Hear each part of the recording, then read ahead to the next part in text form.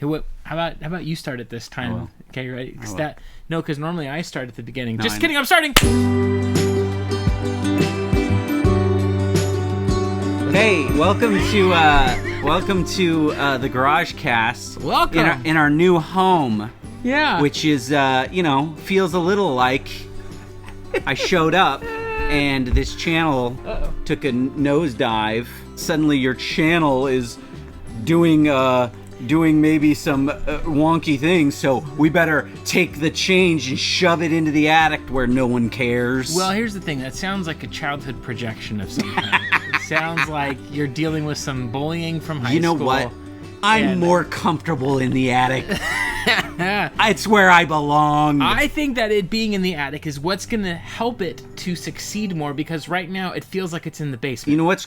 yeah. Okay. Attic is better than basement. I'll take it. It's higher up. I'm not... Yeah. I'm happy where I am. I don't want to go into the basement. Mort's basement is where we're going to put the stuff that's terrible. Now, if you're listening to the podcast and you have no idea what we're talking about, that's because the podcasts have been moved from the main channel, Mort's Garage, and they are now on a new channel, which subscribe, please, to, and it's called Mort's Attic. It will be the home for all of the long-form stuff. Yep. You may or may not have watched the video. Let me just give the quick overview of why.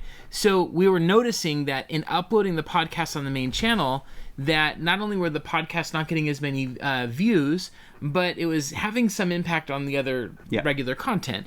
And then learning from some other people who are kind of YouTube gurus and watching what other folks are doing, they're going, you have to put the podcast on its own thing. Yeah. And like one of my favorite channels, the Punk Rock MBA, he has a separate channel called Finn McKenty, which is just his name. And on that channel, he has long form content, interviews, all of that. Yeah. Pixel Game Squad did this with Pixel Plus. So I'm just kind of like, it's best practice. Think about it and like it's a highway, and Mort's Garage is a sports car.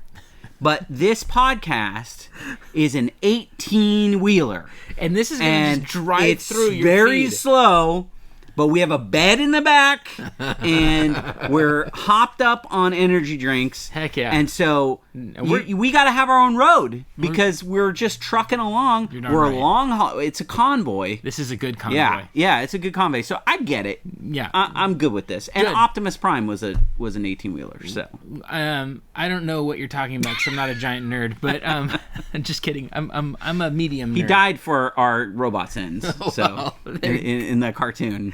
A little Christological reference. I like it. Yep. No, so that's the plan, and our hope is that it being on its own channel will actually make it grow a lot more. Yes. And so we're excited to do that. And this is the inaugural Mort's Attic, Mort's Garage Cast episode. Yeah, so it is. Let's do it. So what better way to grow than grow into some news? Let's grow right into the news. We're going to talk about announced Mortal Kombats. Okay. We're going to talk about real life characters coming to games. Love it. We're going to talk about the PlayStation Showcase, which has been announced. Okay. We're going to talk about Tears of the Kingdom. Yes, we are. And we're going to talk about Overwatch. And we are also going to talk about a lot of other things. We've got your questions, as always. You got it. We've got a lot of fun ones tonight, too. I'm really excited to jump in. Instagram and YouTube is where they're being posted. But from now on, we would love it if you'd post those in the Mort's Attic area. Yep. So we're not hunting for all of your We'll make questions. a community post, and then we'll throw that up. And then also we're going to get into, we just got back from SoCal Gaming Expo. We did. And we did the panel. Yes, it was a lot of fun. We did. And we're going to tell you how it almost fell apart at the last minute. There we go. Yeah. All right. Well, let's get into some news. I had to give a tension point. That's what we call hacking retention. Oh, is it really? Yeah. So I've just dropped a little nugget of this intrigue. is the attic. Don't talk about any smart guy stuff on here. All right. Okay. Up here, we're talking about one thing and one thing only. Holy Are you cow. familiar with? I'm seeing your news story. Don't even. Are you familiar with the game Dead by Daylight? Only by name. Okay, me too. I'm more familiar with it as in I think I know what it is. I've never played it. I zombie fatigued way long ago. No. So Dead by Daylight is like Zombies. Dead by Daylight is the asynchronous multiplayer where one person is the killer from like a slasher movie, and everyone else is are like campers or whatever. It's the regular humans, and so you'll play as, I think they put like Pyramid Head in there. I think they have Jason or Freddy, or so you are chasing everybody down. Everybody else is trying to get away. They're trying to do things. So what's happening, Josh? So they have announced a guest character. Come on. And I just want to say, I can't believe this. I'm already prepared for this. You know why? Because I've got him on my shirt. Yeah. Right here, buddy. Cage Nicolas Cage is coming. Go! Is coming to Dead by Daylight. Is he the villain? Is he one of the heroes? I have no idea. That's the mystery. But of it doesn't Cage. matter. That's the mystery. He could be both. He could rescue the national. Can I tell you what I would hope? Anything. What I would hope is that I want Nicolas Cage to be the killer. Yeah. And when he captures one of the people, he like cuts out their kidney and sells it so that he can buy another dinosaur skull or like a haunted house in New Orleans, or pay his tax bill. Maybe that's okay. Really, I got another one for you. This is a hot take. You ready? Yeah. I want Nicolas Cage to be the villain, but I want to play as the hero, Nicolas Cage. that's okay. It's a real like being John Malkovich thing where everyone's Nicolas Cage's. Just every character. Everyone's a Nicolas Cage. Have you seen The Unbearable Weight? It's fantastic. What was it? The Unbearable of Massive Talent. Yes, right? Yeah. Okay, if you haven't seen this movie, Unbearable Weight of Massive Talent. It's Nicolas Cage playing a little bit of a version of himself, and what he's doing is he's playing this parody-ish version of himself, like he's in on the joke, and Pedro Pascal is this character where you're not sure if he's he's kind of like a rich drug lord, maybe, but maybe right. He seems very affable and nice, and it doesn't quite fit in. It's the perfect tone. It's so funny, and then it turns into like this crazy action movie at certain points. It's a must-watch. Yeah, fantastic. So okay, hang on. What's up? Hey, this is my wife. Say hi to the podcast real quick. Oh, hi. Hi. What do you want to say? How do you feel about this? About what? How do you feel about Nicolas Cage being in a serial Dead by killer Daylight? Game? Yeah. All right. Nicolas Cage kind of freaked me out in like Con Air. So he was the hero. I know, but and then he was in Face Off too, right? He was. You're correct. So But he wasn't Left Behind. I'm not a big Nicolas Cage fan. He's a great actor. He is a great actor. You're right. I think he's the not choice my of movies. Pleasant looking. Yeah. Wow, I might have to edit that out. You see the weatherman? This right here is the handsomest. There you go. Yeah. Hi. How are you? I do think that you're better looking than Nicolas Cage. Okay, listen. Careful what you say. When it goes on the internet, it lives forever. All right, you guys. Look, I'm not going to put you on my shirt. Edit it out then. No, love you. Oh. My wife. So that's exciting news, right? Yeah, that my wife thinks I'm more beautiful than Nicolas Cage. No, I'm into that. No. What's our next story? Next story, just announced, hot off the presses, Mortal Kombat 1. Wow. The first Mortal Kombat is coming back out. Are you a big Mortal Kombat guy? You know, the last Mortal Kombat I played is the one on Game Boy. Okay. Mortal Kombat 2, I think I had on Game Boy. I might have given it to you. I don't think you did. So let me tell you what exactly. You know what you did give me? Metal Gear Solid. I did. Complete in the box. Yeah, I did. That was a lot better than my Metal Gear or my Mortal Kombat 2. I've had people try to like steal that out of here. They're like, "Please let me have it." Like, so weird too. I just bought it. Yeah. So, Mortal Kombat. Mm-hmm. I have not played any of it. So this is kind of in league with when they came back with Mortal Kombat 9, when they sort of revitalized their franchise. I have not played Mortal Kombat 9, 10, or 11. Yeah. I have watched all of their story cutscenes on YouTube. That's so I know the story really well. I've never played it. Which I'm very excited to watch all of the cutscenes of Mortal Kombat 1. Yeah. So, but essentially what happened is that the Mortal Kombat franchise, when it got to 9, they rebooted the whole thing. Okay. And they basically retold the story of Mortal Kombat, but all, gussied up and nice and new. Yeah. And then 10 and 11 were like going off in really new, crazy directions. Sure. With basically at the end of 11, they rebooted their entire universe. Okay. Well, so this is like in that new universe. And they're coming in. So like Raiden, who I'm sure you know is like the Thunder God, right? Yeah. He's kind of like not a Thunder God anymore. Or he's not the guy. Liu Kang is now the God of Fire. What a weird He's thing. the one that's running it, because whatever. So, basically, if you're into what NetherRealm does with Mortal Kombat, I'm sure you're excited. Yeah. The other thing is, Street Fighter 6 is coming out. So, in terms of, like, fighting game franchises, this is a good year for people who are excited about it. It is, and Capcom is in particular doing great stuff. I know that the Mortal Kombat universe, those games have been so widely praised. I know that People love them. I know that the thing with Mortal Kombat is it wants to push the envelope as hard as it can towards as much gore as possible. But it really pushed it way past a line I was comfortable with. Like, really? You know, like which one?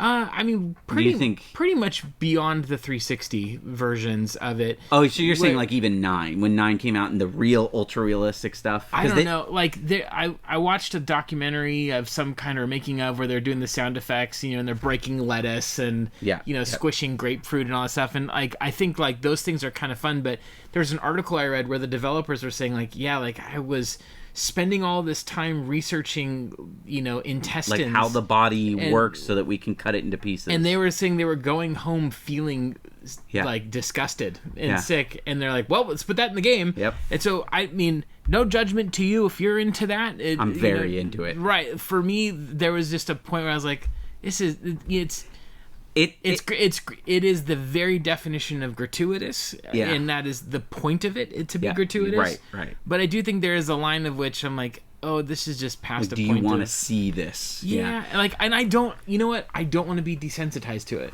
Oh, so that's the very interesting thing I will say about it.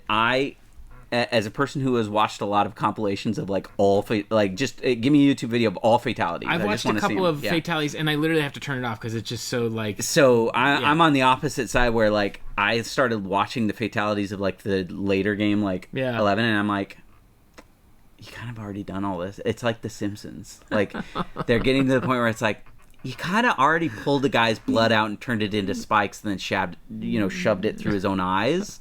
Like, he kind of already did that. Yeah. And they said the same thing where they were like, it's getting hard for us to figure out how we can rip a man's spine out and not be... Which, like, I mean, just creatively, think of that. All right, you go to work and you're like, what is the most creative way to...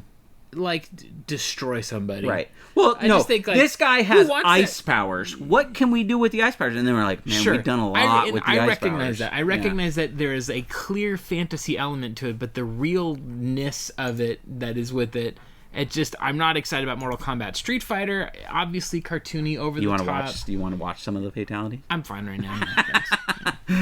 But yeah, I also know, and I've learned that I have a bit of a reputation for being like Mr. Rogers. Yes, you know, totally. And like I'm cool with that. I'm your bad boy, bad influence friend. Whatever you are. Who's like, hi.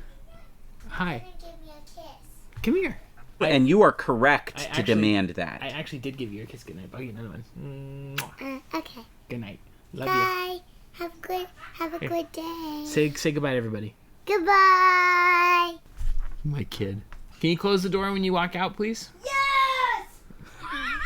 If you're making me pick between the Mortal Kombat and Street Fighter franchise, I'll pick Street Fighter every single time. That's just the game that I'm more comfortable with. There is a flow in that Capcom down forward punch. I mean, maybe it's because we learned it back in it's the game. So 6th grade, but I mean, if you remember, for the history lesson is that in the 90s when the fighter game wars were happening, there was also a console war going on between Sega Genesis and Super Nintendo.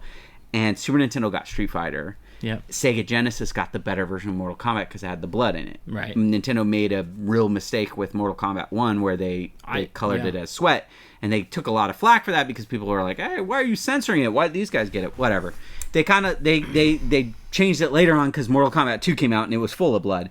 But I played Street Fighter. That was my game. So I never played any Mortal Kombats and I never quite got their flow. Yeah, I never did either. But isn't that interesting that if you take out the gore and you're left with just the gameplay between the two, which is more exciting? I recognize Street Fighter. I recognize that the gore, like that was a big part of it. But that's like asking a Resident Evil game to be like, would it still be fun if it wasn't zombies? Right. I understand that, but I'm just saying, it has to play that pivotal a role in the enjoyment of the game, and I'm not a gore hound to begin with. Right. That's why I lean more towards Street Fighter. Yeah. Yep. All right. What else we got? What else we got? Hey, PlayStation has announced when their showcase is happening. This is essentially their E3 thing. Yes. And so this is happening on May 24th. What are you hoping for? They're actually hitting early. Nice. Early. What I'm hoping for is Spider-Man 2. Yes. Please. Insomniac Spider-Man 2. I hope that comes out this fall. I believe it will. One of the best games I've ever played. I would love if they doubled down and gave us some Wolverine information on their next game that they're making, the Wolverine game. That would be great. And then what else is Sony? So Spider-Man, Insomniac's Spider-Man is so good, and the way that the Marvel storytelling was integrated into that game is so perfect. It's a fantastic story. I'm at that point with them as I am with, just a couple of other companies. Yeah. Where I will not watch any gameplay footage. I will not do. You're I'm gonna just go in, put it in and play it. Insomniac and be surprised. has gained the trust at this point where you're like, I want to see what you're gonna do. Totally gained the trust. Yeah. Absolutely. I'm very excited about that. I love Spider-Man to death. I loved that game. How do you feel about the showcase being early? I think that's pretty bold. I think that PlayStation's probably feeling pretty confident. Yeah.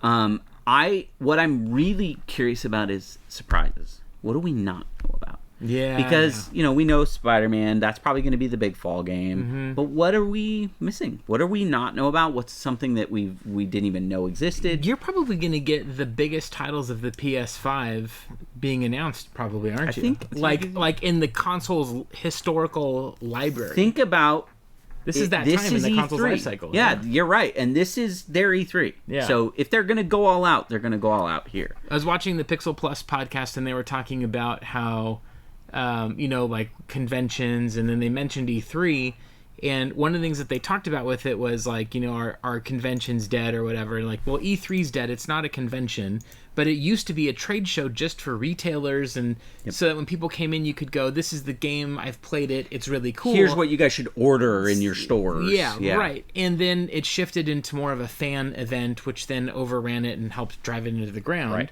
But the idea of like hype and getting excited, and when you see a trailer, it's so funny just how binary it is.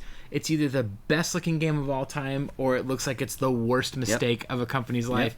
And seldom are either of those true. Right. Except for God of War PS4. Right. I will stand by that one. But I'm excited. I think we'll see very some cool excited stuff. too. Before we talk about some other news, I do want to bring up some sad Overwatch news. Now, you guys know, because you're all loyal listeners. Right, yeah, you can leave. No, I need you here. I'm here. I play a lot of Overwatch, and the Overwatch community is kind of in turmoil right now. Because let me give you some history, right? So Overwatch came out in 2016, and it was trucking along just great. It was very popular. That game came out, it destroyed several other games. Lawbreakers and Battleborn were killed by Overwatch. Lawbreakers. Limited Run released that as a special edition. I was like, what is this? Yeah. So around 2018 actually, all of the development of Overwatch kind of slows down. We're not getting characters like we thought. We're not getting as much content. And Blizzard comes out in like 2019 and they announce the reason why we haven't, all of our development has been shifted. And that's why guys haven't been getting stuff. And that's because we want to make a whole new experience. Okay. We're making a like single player version of Overwatch. Fine. It's a story based mission, but they're also making talent trees in the game. They're expanding out like how you can build your hero. Yeah. You can play all this single player stuff, story missions. You can play co-op with your friends. I'd play that. They showed footage of it and it looked awesome because Overwatch has really good character design. Yes, it's got very cool characters that are like, this character is designed in this very specific way, and you're like, hey, I gel with that. That's cool. I want to play that.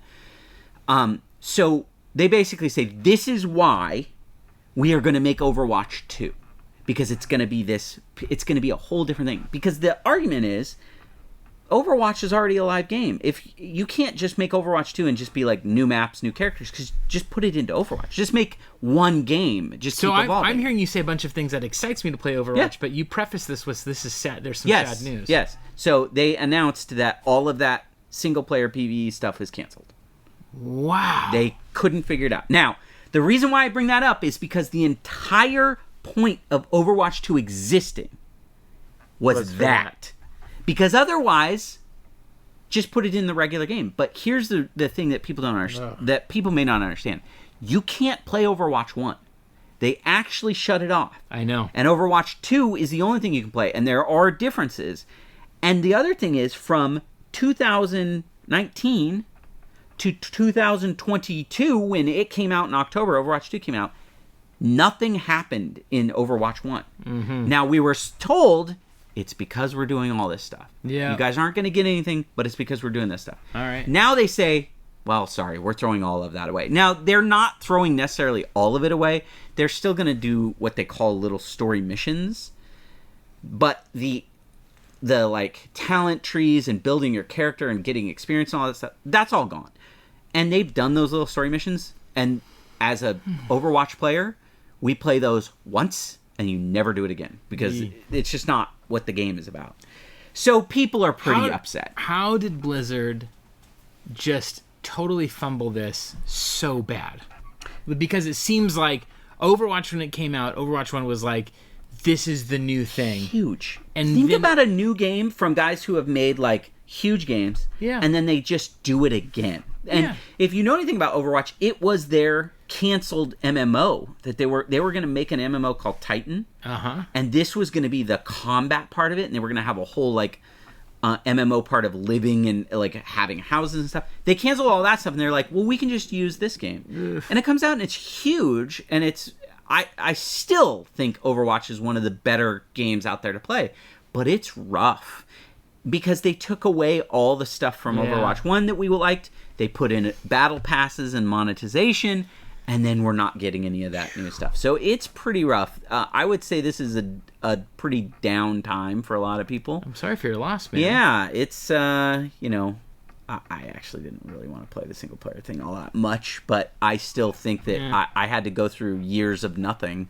to get there. Well, so yeah, that's a bummer. Sorry for your loss. So let's talk about some good news. All right. How many copies of Tears of the Kingdom do you think it sold in the first 3 days? I'm going to say 1 million. You're going to say 1 million? I'm going to say 1 million. What if I told you it was 10 times that number? No way! They have sold 10 million. Well, they have probably sold more since. In the first several days of Tears of the Kingdom, 10 million copies of that game were sold. So speaking of companies not fumbling the ball, Nintendo Zelda is, I feel like it's never been bigger, obviously, but I'm so glad they re-released the Amiibos. I'm so glad that they've...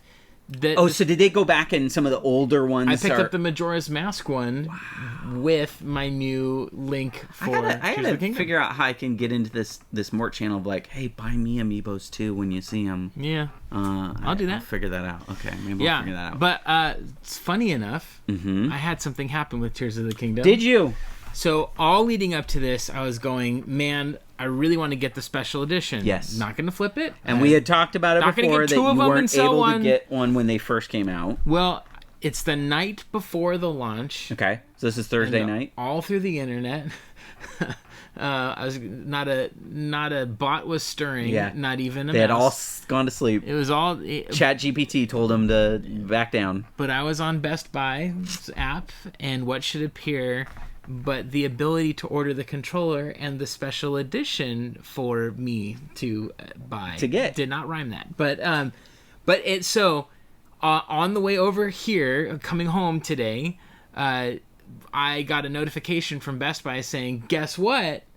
It's in. And now, so today is what they say, Thursday? Thursday. And it came out It's last been almost week. a week, yeah. So I just got my copy today. Oh, wow. Let me show you. Oh, wow. Let's start with the first thing. I got the controller. You got the controller. I literally just brought these home, Josh. Wow. So take a look at that. And he says... Incredible. I got one. I paid retail price. That's awesome. I did not pay a scalper. Thank you very much. I paid the regular retail price. This is going to be opened. I'm going to play it. You're going to enjoy it. I'm going to enjoy it. Do you have the Breath of the Wild one? I have both of the Breath of the Wild ones. There was two. So, behind you, right there. Yep. For those of you that are listening, not seeing, I have the Zelda Master Sword Edition right there. Inside of the Zelda Master Sword Edition is a box about this size, and that's that one right up there. Oh, okay. So I originally got the special edition one, and viewers of my channel will know that I went to Punky's store, Hidden Gem Video Games, in Fountain Valley, California, and he facilitated a straight-across trade as a kindness to me, and I was able to get the Master Sword Edition. So can I ask you something as kind of a collector in this? Is the Breath of the Wild collector stuff things that you don't see? Like, I can't go on right now if I want to just buy one off Amazon. Because of the rabid, insatiable demand for collector's editions and all of this stuff, anything, consoles, anything, they have just been almost impossible to find anywhere. And you think the same thing with this? It certainly is the same thing. Yeah. So the next morning I went back to bestbuy.com to just see, hey, can you order it again? Yeah. Like, is this one of those, hey, it's now widely available? Yeah. You could not. Like, so you were there when it popped up. Totally by chance. Here's the coolest thing. I mentioned this to a couple collector friends of mine, like, hey, if you find an extra one, one of them, my buddy Ben, a.k.a. Retro Escape, he was one of the MVPs of SoCal Gaming Expo. Yes. He helped bring all of my stuff to the expo and help me set it up. He goes, dude, I was able to get a copy of it. You can have... stupid thing. I don't care about what you're doing. I'm a laptop. All right. Uh-oh. And now it's like... There you go. All right, cool. So, let me start that over. Yeah.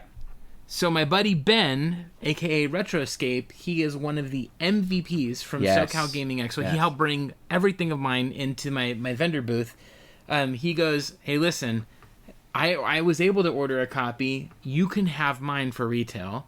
And another friend of mine, Johnny, he goes, dude, I was able to get an extra one. You can have an extra one at retail. Unbelievable. So, like, people came through, but I ended up not needing to use them. Which is great. Yeah, because of this. I still haven't been able to find the Xenoblade 3. I mean, this thing's meaty. This is now $70 right now for retail on these, right?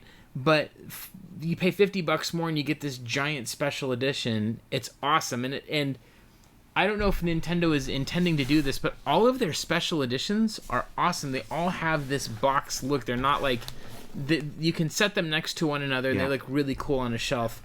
It's great. So, like, I mean, it's really cool. Make fun of me all you want, but I love to display these. I love how they look. They're really cool. I'll be opening this later, to really dig into it and everything. This is not going to be sealed and graded, by a company. This is going to be enjoyed. This is going to be enjoyed, but the controller is never going to be opened. Okay. Just kidding. I'm going to open it. So I'm very thankful and excited to be one of those 10 million people. 10 mil. Now, obviously, the Tears of the Kingdom being a sequel to Breath of the Wild, it is very similar to it. And a lot of people are kind of... There are people that love this style of Zelda, and there are a lot of people who don't. And I totally get that as a person who, doesn't like 3D Zeldas. Sure. I get that when you're like, I would like these older style back. Yeah. The bad news is that Eiji Onuma, the producer of Zelda right now, says that future Zelda games, they're going to be in this style. Yeah, I don't put any stock in that. Really? No. I think that you can have off sort of side games that probably could do it. But I think if they're going to do another big Zelda, it may not be in the Breath of the Wild series. They could change the art style. I think you're going to see open world Zeldas, though, going forward. Sure. I think that makes a lot of sense. I'm just saying there's nothing permanent in game design or gaming. When you think... Listen, they put one out that doesn't do good, you can bet that they're going to go back. Of course. People are tired of this open world thing. We're going to go back to doing a traditional Zelda, and then we're going to be podcasting about how cool it is that they've gone back to the old format. Yes. That's what... But either way, it's exciting. The point of it is this. If it's fun to play... If they do creative stuff with this gameplay formula, Breath of the Wild is not my favorite, But I still like Ocarina. I like the more controlled linear experience. I do think that like they were thinking about Breath of the Wild back when they were developing Ocarina in terms of wouldn't it be cool if you could go everywhere? Right, totally. But at the same time, I like a more straightforward experience. It's less stressful to me. I feel like when I play these games, I'm like doing something wrong by not finding all of the things, and that stresses me out. But I also know that inherent to open world design is you can play the linear story path if you want and still get that experience inside of it. So I get it, and I appreciate that. But I'm just glad to have this. Yeah. From a collector standpoint, to not be it's a relief, iced out. Yeah, is very exciting. So well, let me put that down. That's the news.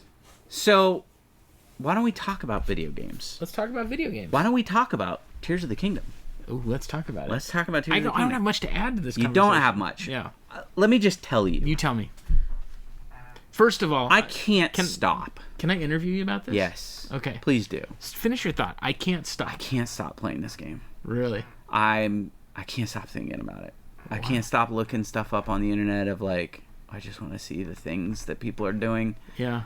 Is your wife jealous? So phenomenal. She, the nice thing about the Switch is it is handheld. Yeah. So I can sit and still be around. I don't have to be on locked in a room. Hot take. Yeah. I would think that makes it worse for a relationship that you can carry Zelda around with you everywhere. Better. You know what's interesting is that sometimes there's a lot of time that we spend where we're on the couch together, but we're doing separate things. Yeah. But there's a proximity that you're like, this is nice. Yeah. And unfortunately, if I'm playing PlayStation 5, if I'm playing Overwatch, I'm in my room. I can't have the cats go in there because they'll try to eat all my Gundams. So it's kind of a solitary thing. And I'm sitting in a racing chair. I get it. And so it is a different experience if I'm at least sitting down on the couch. Okay. And I did put it on the downstairs TV because I'm like, hey, the first hours we should check it out. Yep. First hours of a game like that are not always the best to show off because they are very railroad. Like, hey, you need to do these things. Yep.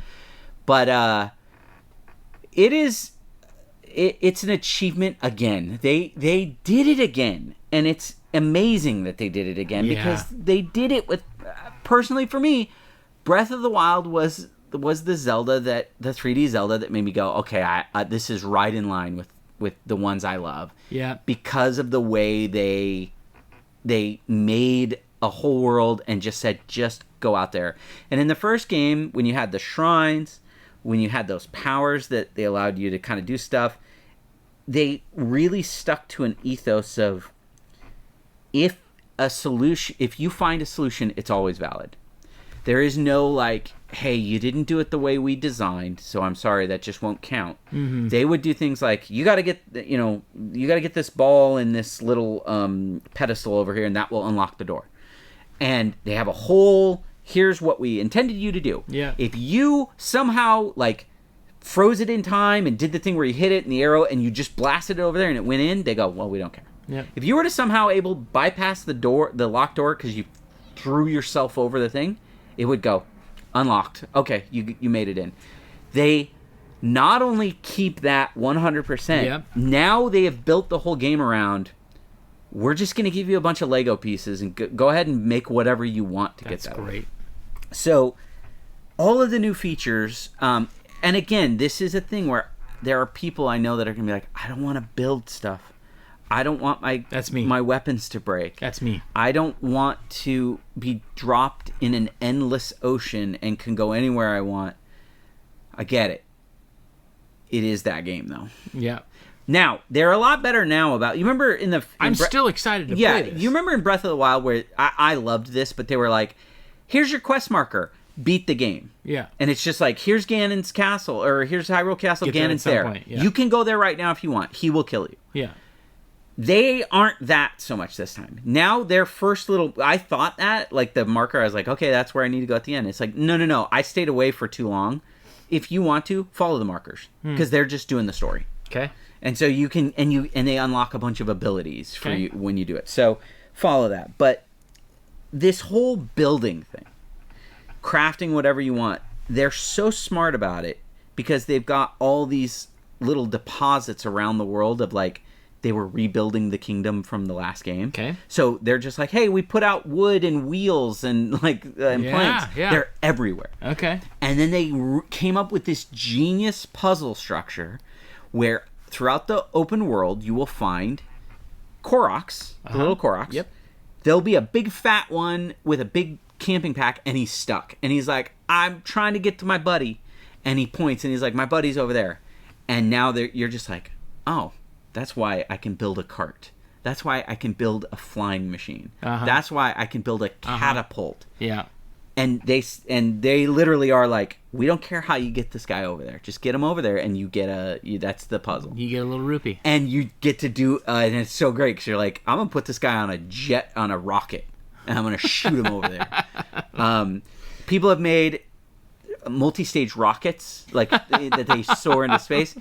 A guy made a Gundam where it's literally a mech that he is piloting as Link. Gosh. And he is destroying everything in his path. Like it's almost unfair. Yeah. What I will say about the game though right now, it's brutally difficult. Really? I am dying in every fight encounter I get into. That's kind of welcome though, right? Because Zelda's have always been a little too easy in the combat area. It is until you go like, oh, I don't know how to beat these guys. Yeah. But again, there are things they make rules and everyone abides by the rules. And this is I'm going to give you guys a pro tip. This is Josh's pro tip. You have an ability instead of in the old game you could freeze something and like store up momentum if you hit it. You don't have that ability anymore. What you have instead is now the ability to freeze something in place and reverse its time stream. Wow. So like if something fell, you can reverse it so that it goes back up. That's what they showed. I just want to tell everyone, if there's a big dude throwing rocks at you, you can freeze the rocks. And the rocks will go back to where they came from, which is generally his head. That's free. You can just have that. There's no cooldown on that power. It does very little damage, but it's so cool that you can do that. Well, that's not very realistic because if a rock hit your head, you would have a big owie. It would, but these are big troll monster guys. So that sounds awesome. It's a goblin boss. Let me ask you one more question then. Sure. So it sounds like with what you're describing, there is a qualitatively different experience, but still similar enough to Breath of the Wild. 100%. Because I think one thing that it looks like it could be is a $70 piece of DLC, like it is Breath of the Wild 1.5. But it's not that. It's so not that. And I know it's the same map. Yeah. It's so radically different because you are approaching. One, they have changed the world around. Everything fell from the sky, so there's big parts of the world where there's huge ruins that weren't there before. Cool. But your tool set is so different. Okay, let me ask you this question. I have heard that the performance on the Switch leaves a lot to be desired. Much better than the first game. Really? I have had very little problems. Really? I'm playing docked and undocked, and I'm playing on both a launch Switch and a Switch Lite. I don't mind if frames dip and all of that stuff. I'm not hardcore about it's got to be 60 FPS locked and everything. I want it to be that way. I would love it to be. But it doesn't bother me that it's not. It's much better than Breath of the Wild. Okay. At least I have found when you start getting a little bit crazy with your master hand and building some crazy stuff, the frames will dip. But I'm not doing that as often as... most of the time, the things I make either fall apart or don't do what I wanted them to do. Okay. So I still got to get a little bit better than that. And there are things... So the building, I think people will be like, it's kind of frustrating. I can build this thing, and then what do I do with it? It rolled down a hill, whatever. Just keep playing the game. They give you things later on to make your builds a lot more useful. Okay. So, wow. Just a fantastic game. It's incredible. So, well, that's awesome. I'm looking forward to jumping into it. I'm probably going to play a lot more Breath of the Wild before I do. I just wanted to secure a collector's edition, to be honest. I almost don't think that I would if I were you. Okay, well, I'll play both. There's a lot of people that have asked, like, should I play the first game if I'd never played it? I almost would say just go into this one. Okay. You'll get a lot of the same feel. Yeah. And I think you will burn yourself out. For this game. That makes sense, yeah. Because it is similar in a lot of ways, but I think this game has so much more interesting stuff happening. Okay. And the fusing of weapons does alter at least some of the... Every time you find you broke all your weapons and somebody drops a stick, you go, hey, you know what? I can slap Every single material in the game is now a thing you can either fuse to an arrow, or put on the end of a stick. It's incredible. Okay, so let me ask you this. Amazing. Could you go back to Breath of the Wild and still have a good experience? Yeah. You do have a motorcycle in Breath of the Wild, which is pretty cool. Which there may be something like that in Tears. Could be, or you can also just make one. But that's the interesting thing about it, right? Like, it sounds like Breath of the Wild is the foundation. Yes. And this is now... But I think this is a better game. Yeah. And I think it's got a much better story in that there's a lot more story stuff actually happening. That's great. So, like, there's cutscenes that you go to places and people are talking to you. Nintendo, we love you. Like, it's time to embrace voice acting. It's in it. Fully in it. No. Yeah. Straight up, dude's talking to you. I've now, Link doesn't talk. But okay, Link will I never heard talk. reviews that Link didn't talk, and I just didn't. I assumed that most people didn't. No. Now, not everything hold on. is voice acted. Like when you're talking to people just in the world, Yeah. they go, "Moo," they still do that. Well, then let me rewind that. Nintendo, thank you for embracing voice acting in this modern generation of games. Yeah, no, it's great, man. It's great. Awesome. It's fantastic. Well, very exciting. Thank you for the Tears of the Kingdom update. I'm glad I got a copy. Yes, I'm very excited. I just am glad that there's more Zelda to enjoy. I gotta find time to play it because it is a game that does feel like you could play it forever and maybe still never see everything. That's the other thing. Just this is my recommendation to anyone playing this game. If you're like a completionist, if you're obsessed with it, just throw all that away. Just play the game.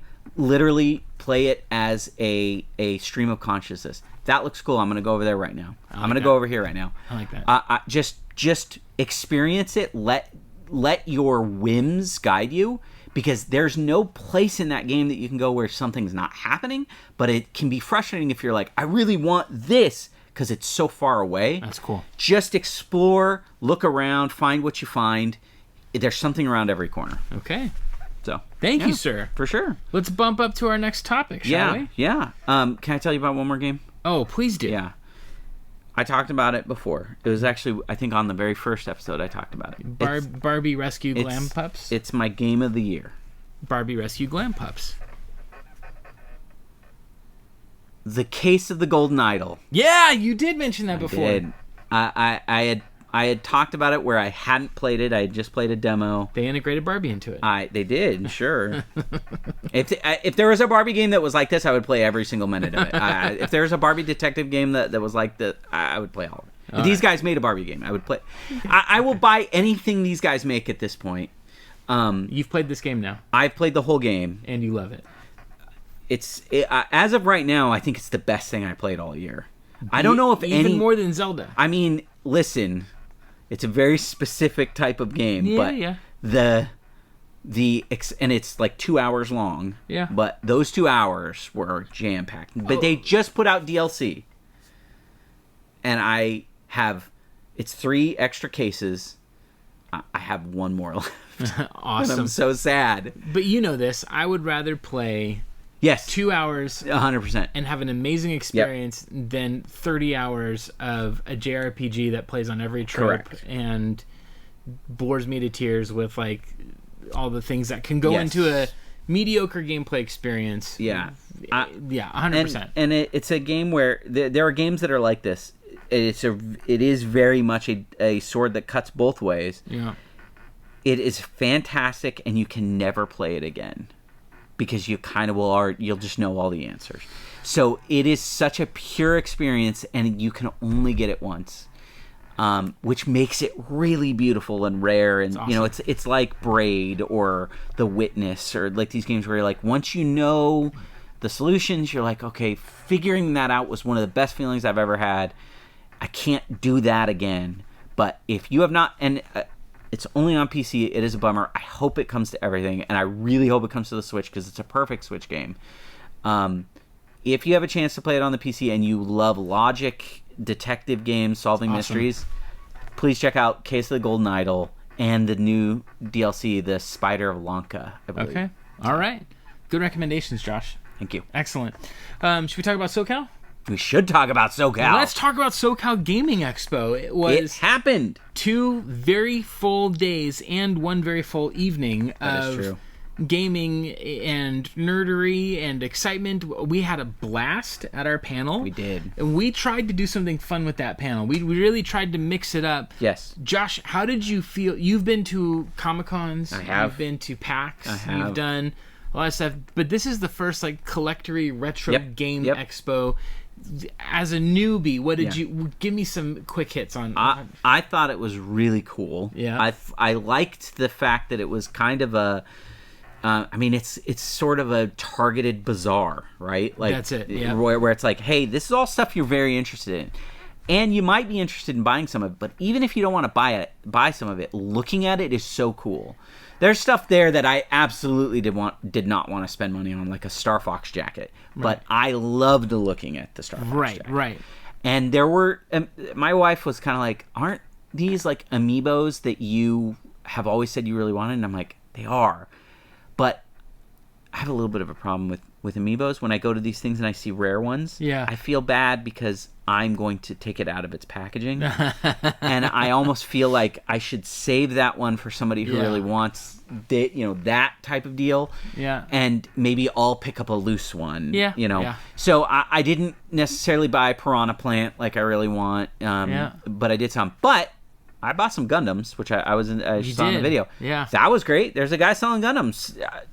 That's all I need. That's the cool thing. I think Targeted Bazaar is a great example of what this particular expo is. What's fun about this one is it's our hometown, and so for me going there, I already know a lot of people from the years I've been in this collector it's like a big scene. Reunion. It is. There are people who, like my friend John, who used to work at Blizzard, he pops up once a year at these events. I can always depend on seeing my buddy John. There's other people that I just know are going to be there, like Elliot from Game Tower, Romeo from LA Video Games, who had all those jackets, and Chubbs and all these guys that I see at other events intermittently, but I know they're going to be there. Yeah. But this was a lot of fun because I had in the past been to these events and seen panels and seen those kinds of things, and I really wanted to provide something that entertained people. Yes. And was interactive and fun beyond a Q&A. And we did do Q&A when Travis was up with us, but I liked it so much. And Skylar and I, and I think we've talked about this a little bit, but we have ideas in mind that you don't have to just go to the expo to maybe experience something like that. We're working on it. Yeah. We would love to take this out of the box a little more, and I think evolve it into something that's like, just a fun, can't miss experience. And I think for our panel, we tried to do a couple of things that didn't really work. We took shots. But that's the thing about this. You take the shot. We tried a lot of new stuff, and we did a lot of stuff that really I thought was great and a lot of fun, and people were having a ton of fun. Retro Harley Quinn, or Harley Retro Quinn. Excuse me. She's wonderful. She's someone, her and her husband I know, and like just being able to write the song was a lot of fun. I was weirdly nervous. I've you know this. I played in a band with Josh's wife for 7-8 years. And almost this full decade. We've played in venues in front of like 1,000 people. We've done. I am very comfortable on. But you're generally not having to write a song up in front of everyone. That doesn't bother me. No. It was more just kind of like if you say something on stage with your bandmates and it doesn't totally land, you just go to the next song. It's kind of a faceless crowd too. Like this was intimate. Like you're right there. Yeah. You were not even on the stage for that. But it was so fun. I loved your game that you did. Yeah. I was cracking up. I thought it was such a perfect thing and it was executed so well. I was laughing super hard during all of that. I thought that was awesome. I do want to just state that I did blatantly steal that from College Humor's Game Changers. They did a thing like that to somebody, but I liked the idea of a setup. Well, as it's been said many times, all great art is stolen from other artists. Totally, 100%. So if we can call that art, which I think it was, but nonetheless. I am so thankful to all of you who are listening or watching that showed up. Yeah. That engaged with us, or watched the video, of the panel, which is up. You can see it. You can watch that on Mort's Garage right now. And our hope is that it's the start of things to come, not a quirky experiment. Right. I am slated to be at a couple of more expos this year. Unfortunately, I'm not at the point where I can bring other people along without it's upward trajectory. But boy, would that be amazing if that ended up being the case, so that we could do more of the these. road show. Well, I mean, and I have to say, he's not here with us right now, but Skylar is just a complete rock star. My meeting him was totally random. He was so a friend of mine's, and I played in his band. We played at this show at the Cat Club, which is like this club on the Sunset Strip owned by one of the members of the Swing Cats. Okay, is that what they're called? I think the Swing Cats. Brian Setzer.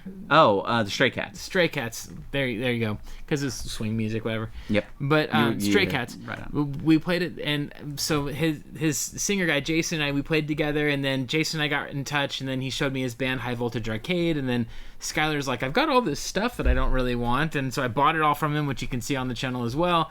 And then Skylar and I just have struck up this friendship, and he just literally plugged right into this. Like, you'd say, Skylar, what do you think about this? And he'd be like, well, hang on. Yeah, he did an incredible amount of. I know somewhat of the amount of prep and production that what he was running. I mean, he was making an entire Ableton Live queue scene repository where he had all that stuff ready to go.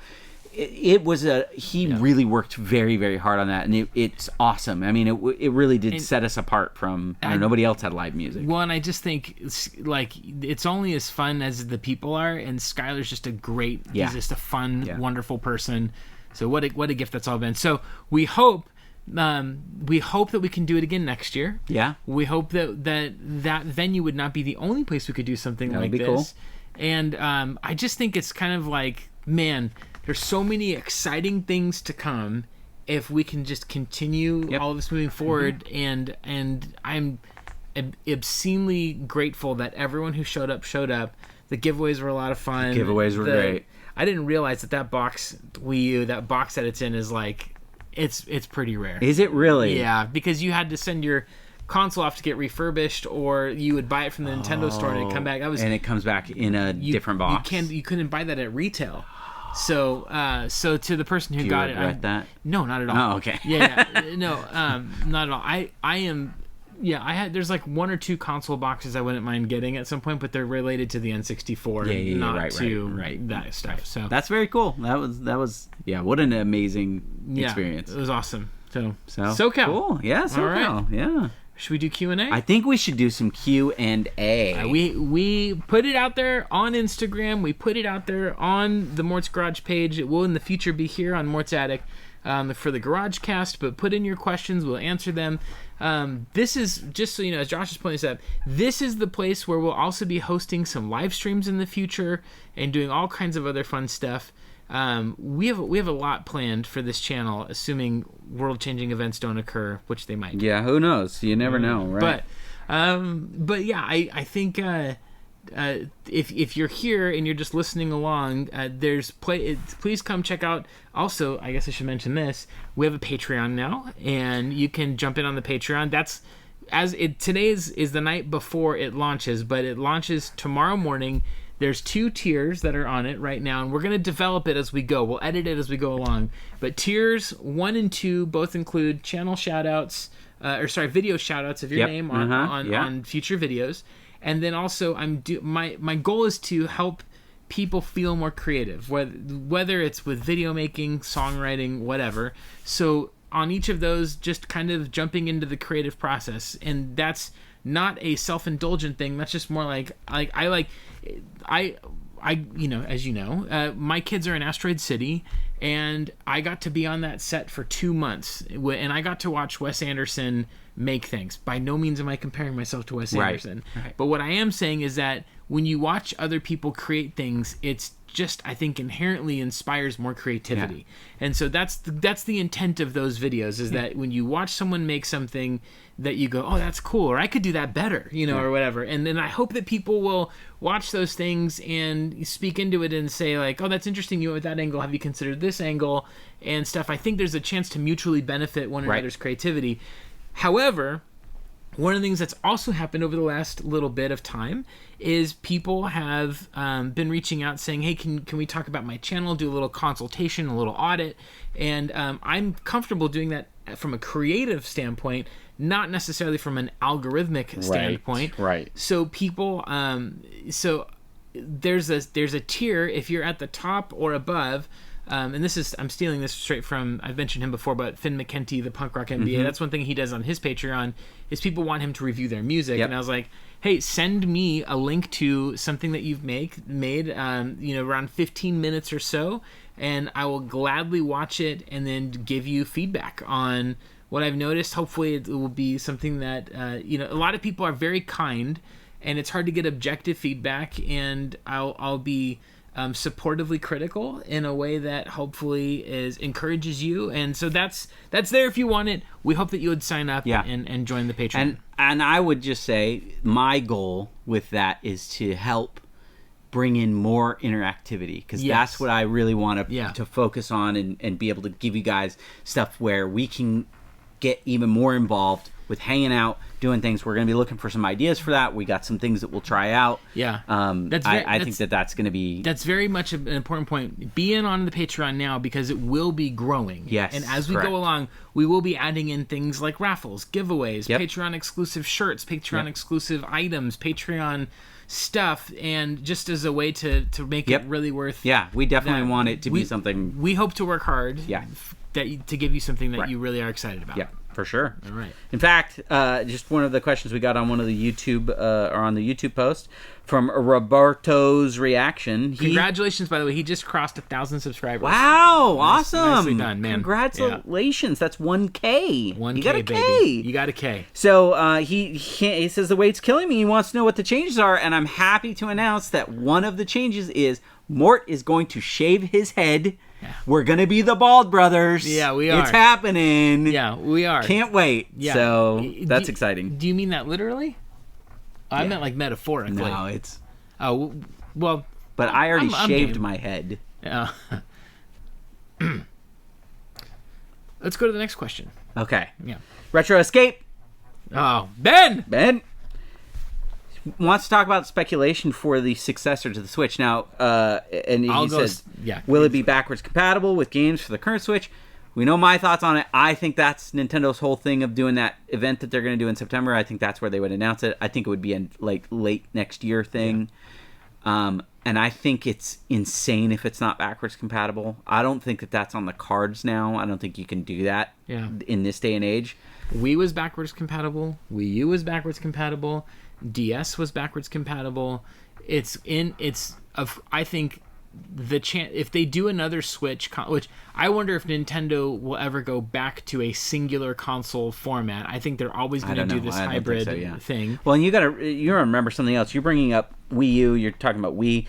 None of those consoles had extensive digital collections, though. That's true. But the Switch, you've sold 20-30 million of those things. Like, they've sold a ton, and they have sold a huge amount of digital games. So people have libraries now. They do. Yep. You cannot abandon that library and just say, well, the new one just plays its own stuff. Yeah. I think that would be insane. Yeah, I do too. And of course they're making us. I think the question is, will they make a Switch 2 or a Switch Pro? I think they're probably just going to do a Switch 2 for the next one. I think Nintendo has made whispers and indications that that's the case. But I mean, no one should ever be hyped about a new console, because the moment that a new console releases, they've been working on the one that's coming out after it already. It's also, of course there's going to be a new console. When a new console comes out, it is using parts that are now outdated because they had to have locked them in. Yeah.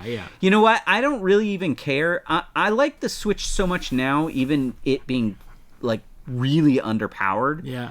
If the new one plays them all better, and they keep doing what they're doing, I'm fine with it. Yeah, I think graphical fidelity-wise, I love a great-looking PS5 game. I love what that can do. It would be great to see Mario in an even more photorealistic environment, but gameplay is king. Yep. And I can, we're in the midst of an indie revival where 16 and 8-bit games get made all the time. Totally. Which, curiously, no one is making early polygonal 64-bit games, as it turns out. Or even PlayStation, the original PlayStation, like that look. Yeah, some people have done it. Pixel where the vertices are all. There's actually a Vita game that came out called like back in 1996 or something like that, or 95. It's this like horror game that mimics the PS1, and it's apparently a pretty terrible game. But there you go. All right, we're going to go to the Instagram. There's so many good questions. Okay, there's a few on there that I was like, I promise I'll answer these. Let's so, go to those. Cup of Retro. Oh, I love these guys. Yeah. So, this is such a good question. How are you going to fit playing Tears of the Kingdom into your demanding schedule? Please be as detailed as possible. Yeah. Cup of Retro, do you have an answer? Yeah. Because I need it. Go ahead, Josh. I can't fit it in. It's too big. Yeah. I don't have enough time, and I can't only play that game. I have other commitments. There's a battle pass in Overwatch 2 that has to be filled out. Diablo 4 is coming out in like weeks. Where's the time? I don't know, but I need it. Yeah. I'm gonna quit my job. That's what I'm gonna do. Yeah. I'm gonna quit my job and just play. Who wants to just watch me play Tears of the Kingdom 24/7? Yeah. Until I die. Yeah, that's basically the dream right there. Yeah. I don't know how I'm gonna play it. I've barely had time to play any games at all lately, but I'm glad that such. You're gonna be like, boy, that first area is real neat, huh? Yeah, I'll get out of the training zone, and then it'll be like, well, gotta move on to the next game. So anyway. So, JRPG Life. 3 questions. Okay. Now, JRPG Life gets 3 questions. Because they're JRPG Life. And they helped carry stuff from your car. Well, and there's 2 of them. There's 2 of them, yeah. So, but yeah, I'll give them at least 2 questions, but I'll give them a bonus third. You get a question. I love them. Yeah. Number 1.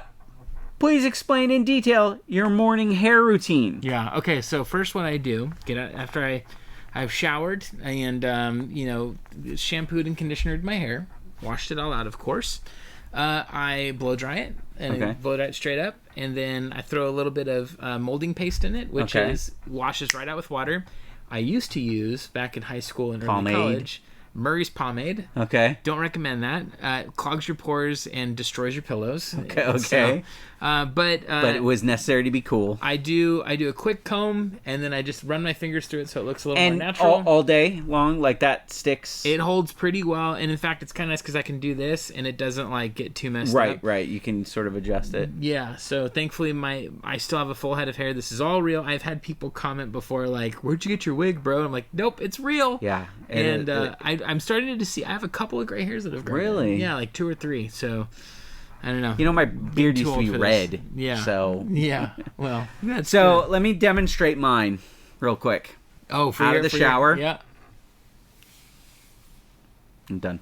That's incredible. I just take a towel and I literally wipe it once. Those of you that are listening and not watching, Josh's bald head is bald. On full display. So right I now. do have to shave still. Like you can see there's some fuzz now. I gotta shave it. How often do you shave your head? Hold on a second. You feel it. Go for it. There's a little hair on your head. Is there? I just had to pull it off. I should do it if I was prudent. If I did it every single day. I didn't ask you what you should do. I asked you what do I go like a week. I'll go like a week and then I have to bust out like the little razor and everything. Do you miss having hair? Not really. Yeah. I mean, you look good, bald. Thanks. Yeah. I did get lucky because I don't have like a super weird head because again I don't have a choice. But it's been so long since I ever had like it's been 23 years since I had hair that I would have to do something to. Yeah. So I don't really remember it. All right. In all honesty, it's kind of nice that I could just get out. It takes me a lot longer to dry this beard than. Okay. Number 2 question from JRPG Live. Yeah. What doesn't the N64 have any good games? Well, and that is a great question. And the answer is because it sucks. It's terrible. It's a bad system. It was bad from the beginning. And I love the N64. I think that question is flawed. I would just say, why aren't there any great JRPGs? That's what I was saying in 96, 97. Yeah. When it came out, I was like, I want. No, I just meant the JRPGs. I meant like as a genre. Yeah. Yeah. There's none. No, I mean like on PS1, PS2, SNES. No one cares about JRPGs. Oh, get out of here, dude. That was my whole life. I would say my favorite N64 game. I will readily admit that the N64 is not the world's greatest console, but it is one that I love. And I've collected every box for it, but I still love NBA Courtside 2. I still love Beetle Adventure Racing. I could pick those games up at any time. I still love Rush 2049, although I'd rather play it on the Dreamcast than the N64, but it still plays fine on the N64, fine enough anyways. There's a lot of games I'm looking at right now as I look over that I'm like, I could pick up any of these. I'm still playing through Winback, and I'm still having a great time. There's still a lot of games on the console. And so just because you're wrong about a lot of things with your gaming preferences and taste, I still love you anyway. The thing I appreciate about the N64, I'm not a fan of the N64. I was a person that was so excited for it because I was such a Nintendo fan, and then Final Fantasy VII made me get a PlayStation, and then that was it. The N64 never really had a chance. Even though I got it. Gamers today I don't think will ever have the experience that we did, where you went from these 16-bit awesome, wonderful games to like cutscenes and 3D. Like the jump was like wow, and then the jump from there to the Dreamcast. Yeah, I also think that people don't understand the level of back then. Final Fantasy, Squaresoft ruled my life, and when they jumped to Nintendo, it was like the ultimate in like, oh wait, I have to follow them. Where are they going? It wasn't a question of like, oh, I can't play Final Fantasy VII because it's going to be on a PlayStation. I don't own a PlayStation. I'm a Nintendo guy. It was, well, I guess we have to figure out how we're going to get a PlayStation now because we are not missing Final Fantasy. And unfortunately for the N64, that was the genre I think that they really they never got. Like they were never able to really put out any solid JRPGs, and then by the time they put out some stuff that people do talk about, it was kind of too late because the PlayStation had already had like a billion of them, and then it became so many that I had to fall off the JRPG wagon. I will say that keep up. There's something so iconic about those white bordered SquareSoft games on the PS1 that. Every time I pick one up, I am transported immediately back to that my, time. Junior, senior year of high school, looking at that Final Fantasy VII box or Einhander or anything. So anyway, but I still have the N64. Their third question is... Third question, number 3. Yeah. Why is JRPG Life your favorite YouTube channel? It's very clear. It's interesting. There's a lot of videos of theirs that they have, but there's a few of them that seem like they have a different editor on them, and they really stand out. Really? Yeah. I thought they stand out because they're bad. No. They're really they're good. Yeah, some would say they're over edited. I would say you don't know what you're talking about. The real reason I love JRPG Life is because Dan and Elisa are wonderful. They are great friends, and I'm so thankful for each of them. And also, they're JRPG Life. Yeah. They're like JRPGs are the. They're also like the real deal. Like Chrono Trigger is one of the greatest games ever made. Yeah. Keep going. Easily. Okay. Let's go. Okay, well, so... that sounds like I'm disagreeing with that statement. I am not. No, MXS Retro... Yeah. Thought that they had missed the boat, and then you told them that they had hours before the question. So here's their real question. What is the weirdest game in your collection? Oh, I should have thought about this more. Yeah, I mean, any answer you give, if we spend a little bit of time looking, I think we'll find another. Yeah. The weirdest game. Is it Mr. Mosquito? Probably Mr. Mosquito. Mr. Mosquito. Yeah. Do you have Seaman? Do you have a Seaman? I don't have that on Dreamcast, no. I'm familiar. I think weirdest, I'm sure... There's got to be something I'm not thinking of. That's a great question. Yeah, well, and weird is weird could be like subjective. Weird but popular, but then you could have like this game was put out. I mean, I think Sneak King is a really weird game. I don't own that game, and I just have no interest in that. I have a copy. I know. I'll give it to you. 2 copies of each of those games. Oh, you do? That I tried to put in my giveaway pile, and no, yeah, I think I still have them. You can't. I don't know. Weirdest. I think like. I think there's games that are unconventional, like Body Harvest on the N64, where you have this awesome like sci-fi thing. Yeah. I think if a new designer took that idea and reapplied it into modern technology, I think there's a great game to be had there. But I don't know. I think some of the puzzle games too that I have are a little weird, just by nature of them being puzzle games. There's a couple of games that I haven't played that I would like to play. Even though I've played every game in my collection twice, but yeah, I don't know. No, you haven't. Like all the way through. Yeah. Twice. I'm looking some of the games you have playing through twice, you'd still be playing through the first. I think Personas are 1 billion hour games. Probably, yeah. I don't know. That's such a great question. I thought about it when I saw that question. I was like, gosh, I don't know what would be my weirdest. Yeah. Maybe game. that's a thing. Where we will have to do some. We should do spelunking. We should for weird. There's a couple of those like visual novels. Like 999, Richard's Last Reward, Danganronpa. Like some of those that are weird. And then there's those are kind of popular, culturally different. You know, like the Tokyo Mirage Sessions. That's pretty bizarre. Or you don't have it. Never came. There was no physical release of Tokyo Jungle, was there? There was not. I played it. That's a weird game. I enjoyed it. Goat Simulator. Yeah. Okay. Keep this. There you go. Good question, by the way. One of my favorite TikTokers out there, by the way. Go watch her stuff. It's seriously hilarious. Eli Miller, actually _Eli Miller _. That's important. Multiple questions. It's kind of pertaining to God of War games on PS2 and PS3. Would you keep the PS2 versions of the game and the PS4 version remastered, or keep the PS3 God of War collection because it's the better version to play? This is also for like the Jack series and even Uncharted on PS3. Basically, we're talking about is like the original versus the original remastered. Let's take that might be better. God of War comes out on PS2, then on PS3 there is the God of War 60 collection. frames per second. High definition. I'll play the high definition one every time, unless there's they made the Jack and Daxter collection on the Vita. Yeah. And the first game on that collection it runs abysmal, just terribly. So whatever is the best playing version of the game, and I got to the point where when a remaster comes out, if it's cheap enough, like the Star Wars games on Xbox, they re-released Republic Commando, Jedi Knight, all of that.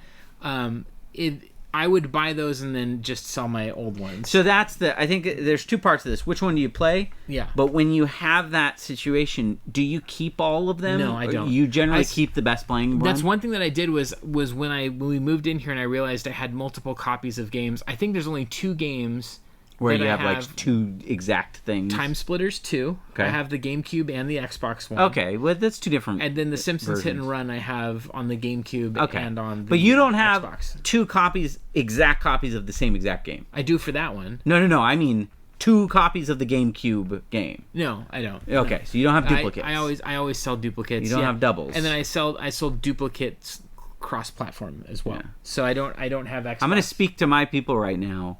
He doesn't have doubles. He doesn't even have triples. And everybody knows triples is best. Well, yeah. If any of you got that, you and me. We're waiting for the 30th. All right. Let's keep talking here about stuff. Go right. I told Right Way I'd answer his. Well, we're going to talk about Coach Brett Owens' one first. Let's go. Coach Brett Owens says, Coach Brett, best video game hot take. I think mine is that the original Jack and Daxter game is far superior to the second and third. Here's my hot take.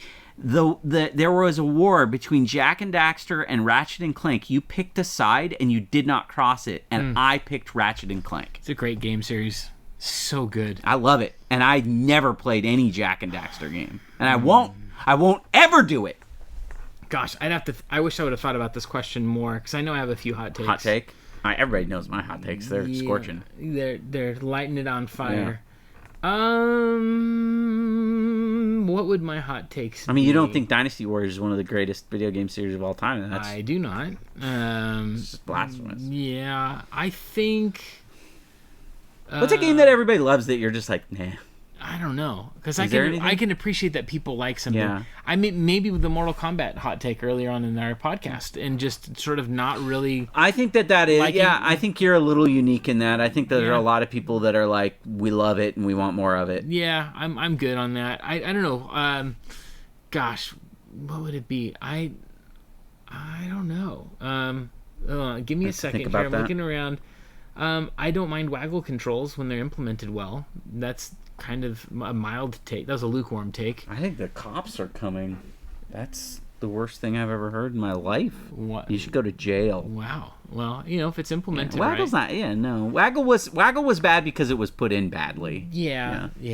Well, I mean, when you saw that Wii stuff initially, you were I thought you literally meant you heard the cops pulling up outside. Oh, no, I was making a joke that you were going to jail. No, I'm not. But yeah, no, that's funny because I remember when those Wii commercials came out, it was like, it's going to be... I was having you had to jump behind your couch? I was having dreams about how fluid the controls would be and that I could go and like download N64 games. I was so excited.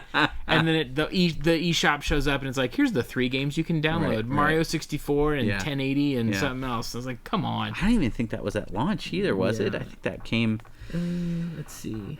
Mr. Rightway, we're gonna move on. You lost your chance. You can bring it up later. Mr. Rightway, this is a great question. If you can bring back Blockbuster Video or Hollywood Video, which one? This might be a hot take. And would you do new in the store? What would you do? I would not bring either of them back. Ooh. The reason is, I get what you're saying, but the reason is it just, if you're looking at it from a purely movie perspective, I don't know that there's any. I enjoy so much the experience of going to a place and going, that looks cool, I'm gonna rent it and give it a try. Who ran their business better? I almost never went into Hollywood Video. Me neither. So I would by default have to say Blockbuster, but I don't think digital is scary. I don't think streaming is scary. I think, I hope that my friends like Chris and Punky and others who own stores are able to continue to own stores and thrive. I think they serve a purpose. But I guess I between the two, I don't know. Blockbuster just did such a better job branding and being part of the cultural zeitgeist, if that's the right word. It is. It was very exciting to go to Blockbuster. It was a part Blockbuster got to the point where you would say, "Let's go to the Blockbuster." If you were talking about another video store. You would be like, let's go Hollywood Video. Yeah. You would be like, let's go Blockbuster something. Let's go to Blockbuster and grab something. And you could go to any store, and everybody would know exactly what you meant. Yeah, like it was that. Yes, I see what you're saying. Yes, yes, as a figure. They were speech. Kleenex. Yes. Yeah. And it's sort of sad that it didn't keep up. They weren't able to change their business practices. Yeah. But the thing is, we're in a world of nostalgia, and so much of collecting culture is about looking at the past and trying to preserve something. I think sometimes, and I don't think this is what Mr. Rightway was going for with this question. No. This is tangential, yeah. but I do think that sometimes we have to be mindful of looking so much behind us that we're not looking at right now and enjoying right now, or looking to the future and where things could go and what they might be, that sometimes the past is robbing us of our future. Right. And I think that is something that's like, with nostalgia. So I am happy for the memories I have at Blockbuster. Yep. I miss those stickers that say $6.99 or $9.99 on that used copy of MDK on the PS1, and I have all of it, but we didn't have I'm okay that it's gone. Yeah, we didn't have a Hollywood Video in my town. It was just a Blockbuster, and then we had a Sun Valley Video. It was like the I remember that. Yeah, it was Sun Valley. That wasn't a chain. I think so. Was it? Maybe I'm wrong, but it sounds like a video everybody store. Named their store that, but we had it was the family owned one, right? Yeah.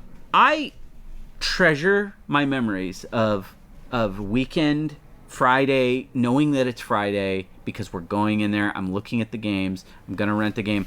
I love all that. I think it's very beautiful. I think it was only for us.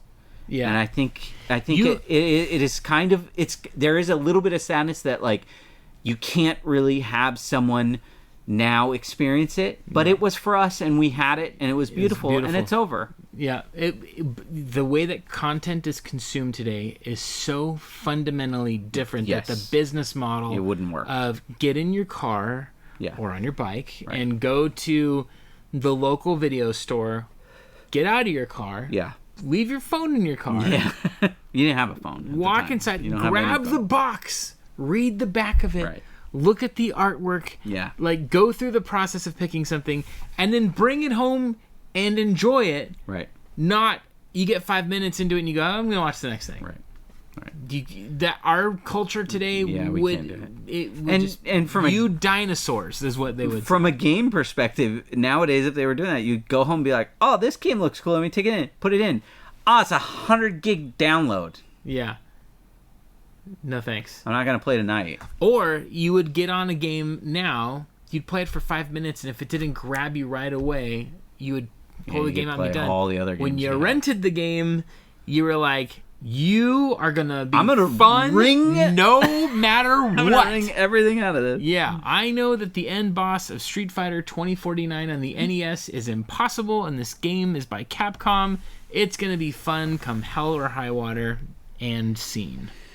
Mr. Rightway has an even better question. Oh? Did you walk to school or carry your lunch? Trick question. By the way, that's not an either or. I read that question, Steve, but I didn't understand it. I totally read it as, did you walk to school or did you take the bus? Oh, yeah, carry your lunch. I rode my bike to school for many years. Okay. Elementary school up through middle school. My school was 2-3 miles away. Okay. So I would get that nice little bike ride in before school. Always had a great experience. We had a little forest by our house with like hills and stuff that you felt like you're on like a sweet little pathway. We would occasionally, over the loudspeakers at my elementary school, Rancho Cañada in Lake Forest, California, hear someone say, students, you cannot ride your bikes or walk home through the forest. A naked man was spotted running through there. But I never saw that experiences or had such terrifying, moments, thankfully. But that was a different time. So there you go. But I loved riding my bike. How about you? Can I tell you? And I took the bus too. Let me tell you 2 things that I've never ever done. Okay. I've never ever walked to school. Yeah. And I've never ridden the bus to school. Really? No. Your parents always brought you. All from first to high school. I mean, it stopped mattering because you get a car at some point, right? From my entire schooling, check your privilege, life, sir. Did you not have a car in high school? I did. Oh yeah, of course. My dad bought me the junkiest stick shift Chevy S10, and he said, "You're gonna drive. Bucks. You're gonna drive this." That he got from his friend at church. He was very smart to do it because I beat that truck up. But I used to have a Cadillac where the front end of the Cadillac, it was like a 1980 something Cadillac. The front end of it was as big as a car. Yeah. And then I would take naps in the back, waiting for drama rehearsals to start. So my entire life where we lived was always too far away from any bus routes and way too far to walk. Okay. So when I would go to school, it was always to be we just had to be dropped off. There was no other options. So I've never ridden a bus and I've never walked to school. I don't even know what that is like. Very good. All right, I'm gonna get to a question here. Okay. Because you got to find it. We've got time. I think it's down. No. Hold on. Okay, let's see. I got a question. If you had to pick one of them was, why are you so handsome? And it was directed towards Mr. Mort. Yeah. Well, and he already went over his hair detail, so that's why. I just want to say thank you. Are you coming to Retropalooza Arlington? No, I am not, but if they want to invite me and Josh. Arlington National Cemetery? Is that why they're doing it? That seems... The Tomb of the Unknown Soldier? Seems inappropriate. That's where we're doing it? A place to have a gaming I wouldn't convention. do it there, but... All the blessings to you, Mort. Thank you, Randy. Let's see. There was one... When would it be acceptable to have multiple copies? Okay. Eli Miller. When would it be acceptable to have multiple copies of the same game? I'm going to just do quick hits on these questions. Black Label, Grace Hits. I think that's totally up to you as a collector. It's not for me to judge how you want to collect. But for me, I try to pick the best playing version of the game, or if I have one that's super beat up and they get the greatest hits version and it's in better shape, I'll take that one. Yep. I agree. What advice do you have for someone who's seeking to buy retro game consoles such as a PlayStation 2 or N64 but doesn't have a local game store to go to? Honestly, I would go on Whatnot. And I know that people have really, bemoaned Whatnot. It's a great app. There's a lot of stuff there. This video is not sponsored by them, but people are getting deals left and right on Whatnot, and you can negotiate in real time with the seller as though you were in a game store, and you'll probably pay less than a local game store and pay less than eBay in many cases. With certain sellers, you can bundle up deals. I would say get on Whatnot. You think you can use my code too, Mort's Garage. There's a code if you want to use. There's an invite code, but those would be now what I would say. Even if you don't have a game store around you, you probably got flea markets and yeah, but I mean, if you're just like, I want to go and I want to get this thing, it's worth the time for me. I'm not going to spend 17 hours looking for N64. Yeah. I'd rather just spend the money and get it now. So, will Arcade 1-Up be cool again and worth the money or space? I think that's, again, really subjective. I didn't know it wasn't cool. Yeah, I was going to say, I thought they were always kind of cool. I mean, I don't think Arcade 1-Up is, like, making any bones about, like, this isn't a full cabinet. Yeah. But it is something that you can buy. Yeah, I think it's neat as a novelty. If you've got the space to do a whole arcade, you go. And it's still fun. Yeah, and I think the thing that I want to see evolve a little bit further is the digital pinball stuff. Mm-hmm. And I know there's people who are really big on it, but that's one. That's still a large thing. Oh, speaking of, let me do that. Okay. What more can be done to help local game stores to keep them viable with whatever the future of the gaming scene? I think business owners who want to have good business, the best ones, will think of ways to be viable. But really, it's a customer experience, and that's usually through relationships. I think any business is going to thrive on the customer experience. I think the most important thing a game store can do is have the Mort's Garage live show happen at it. Yeah, that's guys. Well, hey, if you're listening this far into the podcast, there you go. When do you think graded games will be a thing of the past? I don't think graded games will ever be a thing of the past. Yeah. I think we open that box, they're here to stay. You don't close it. And I do think future generations will be like, what's the big deal? Because that's what happened with comic books, cards, everything else. So it won't matter, but it'll always be around. Yeah.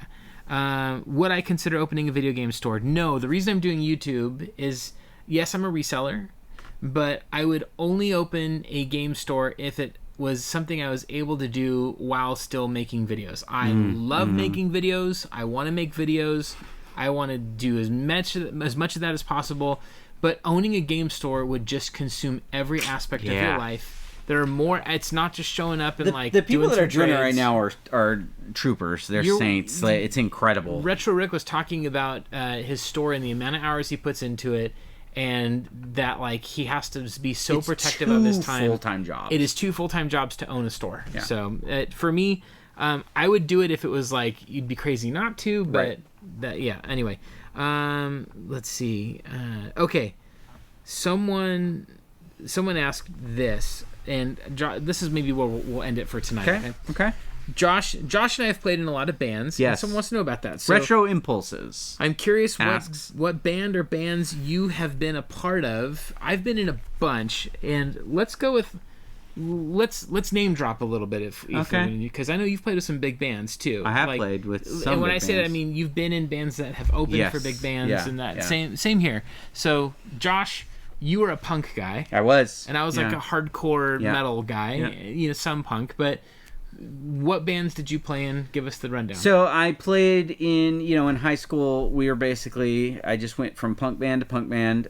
My first band was a band called Lickety Split. And we played terrible punk rock music. That's a high school band, right? That is a high school band. I was a high school band. Yeah, I was a sophomore in high school. Yeah. I have video footage of it. I should grab some. Yeah, of our one and only show. Let's upload that to Mort's Attic. So let's go. Come on. I have footage of then I was in a band in high school where we actually recorded a CD. We were playing around a band called... by the way, for all of you who are wondering what a CD is, it is this little circular disc that holds the music on it at a very high quality. And at that time, if you went from a cassette to a CD, you were a big deal. We put out a 6-song demo on cassette. I have the cassette, and we recorded it on a guy's studio with a 4-track recorder. Which is we had 4 tracks to put on. That band was called Nothing Special. And we opened for we opened for both Dogwood, which is a semi well-known punk rock band from San Diego, and POD, Yeah. who was also a San Diego band. Which at that time, POD was playing shows for 20 people. But they they weren't huge yet. No, they were big when we played with them. Okay, nice. Yeah. Okay. They were bigger because they had we had played with them after Southtown came out. Oh man, I've got a funny POD story for you. Okay. Yeah.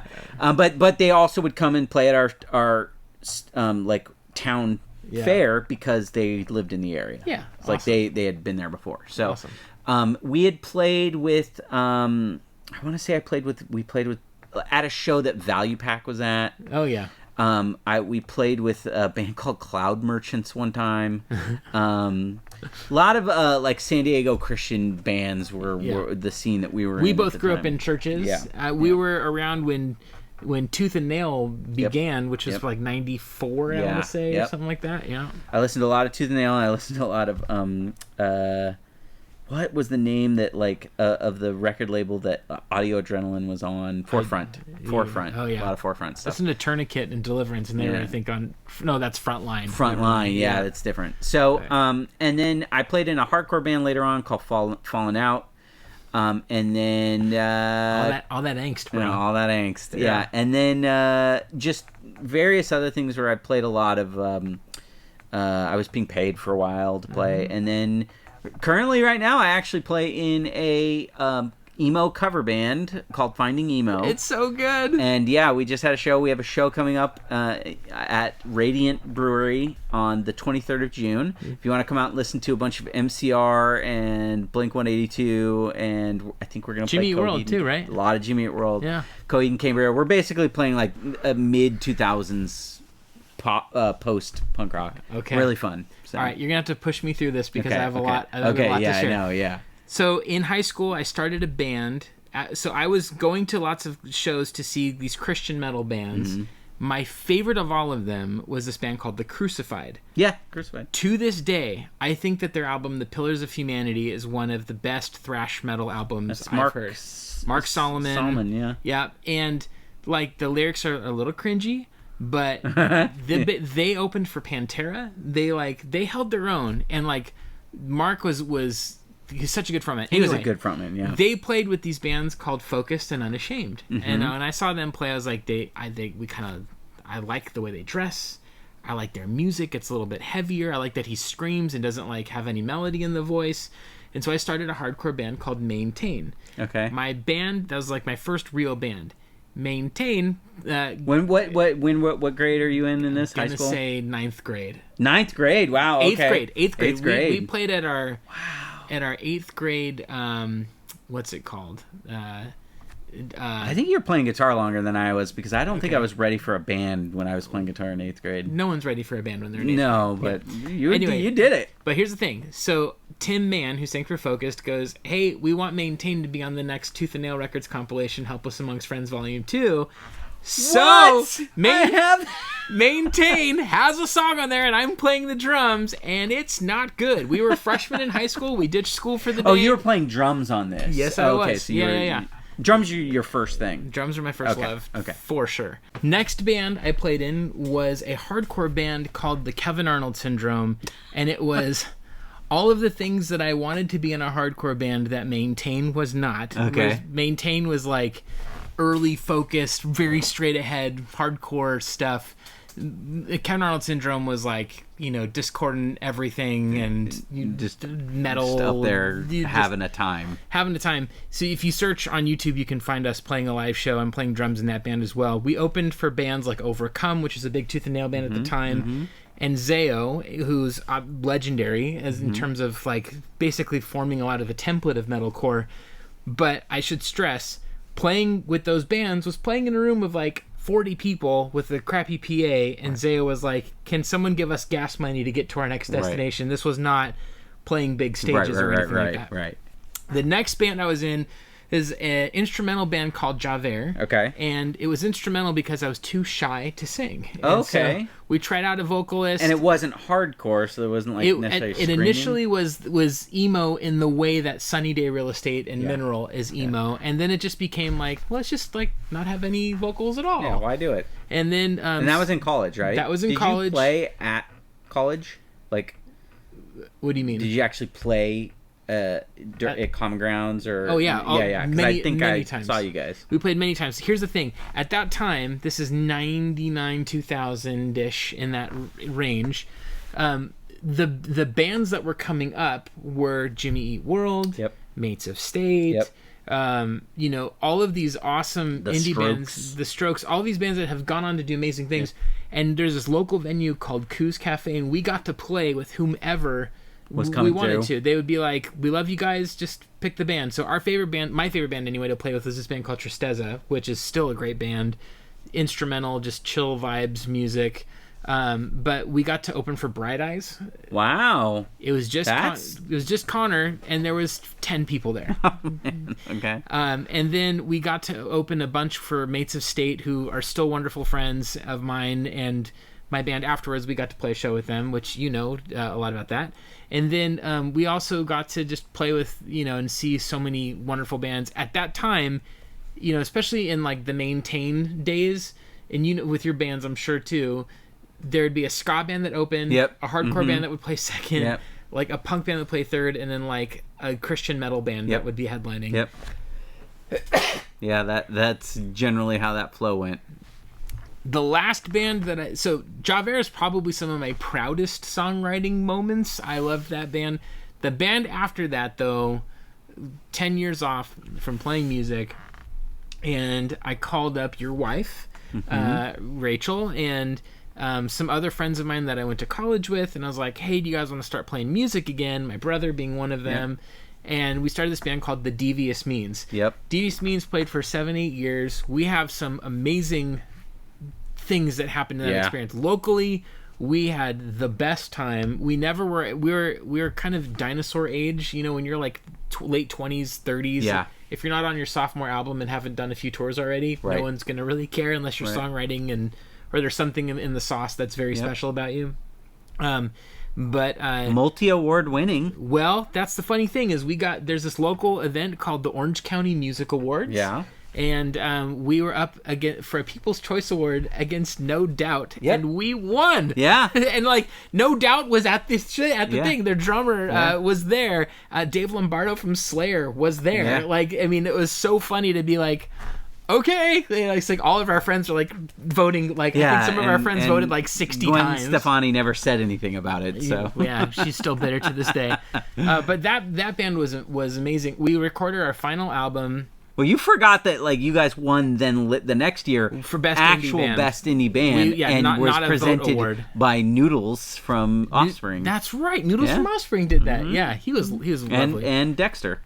Was Dexter there too? Yeah, I think he was there. I don't remember. I think both of them presented the awards. Yeah, that's awesome. But yeah, so we did that. But the kind of one of the most fun things about being in that band, obviously, writing songs for the album was great. But we got to record our last album in Elliott Smith's studio in Van Nuys, California, and it's called New Monkey because Elliott said when he bought the studio, well, now I have a new monkey on my back. Right. And so we recorded it there, and it was produced by the guy who plays bass for Father John Misty. Yep. So we had like just this. I only say those names to just say that was the feeling of it. Like around all of that, and it was so cool to be in that studio. And like the piano on our album was the same piano from XO from Elliott Smith's album, and you hear it's so tonally specific that it's like unmistakably that is the same piano. Yeah. So those are the bands that I played in. Those are the bands that Josh played in. We're working on right now a death grindcore synthwave band called Mort's. Mort's Last Resort, called Josh's Bald Beauty. I don't know, but that is what we did. That was The Attic Calls Me, I think is the name of the band. Yeah, there you go. So anyway, you can still listen to the Devious Means on Spotify. You can, and you can find a lot of our album stuff scattered throughout YouTube. Yep. So. And none of my bands existed before any of that stuff existed. But we're gonna put your video up online. I'll get some footage of me. Gotta playing do bands. it. Yeah, that would be great. There's definitely. But music. I'll cut together a nice little. You cannot listen to this stuff like you can't make it through like a whole song. It's so all the stuff. So I will cut the best bits. Oh, yeah. I'm ready. I'm preparing my mind and my body for that. That's good. That's good. Well, we've successfully We've had a show. We did. We successfully finished Mort's GarageCast inaugural edition on Mort's Attic. Now, We have. I see your hand moving. I have my final line. I have my closing line, which I'll I gotta tell people we're doing next time. Yeah. Do you want to do it now, or you want? No. I just to let me have the last word. Always. Okay.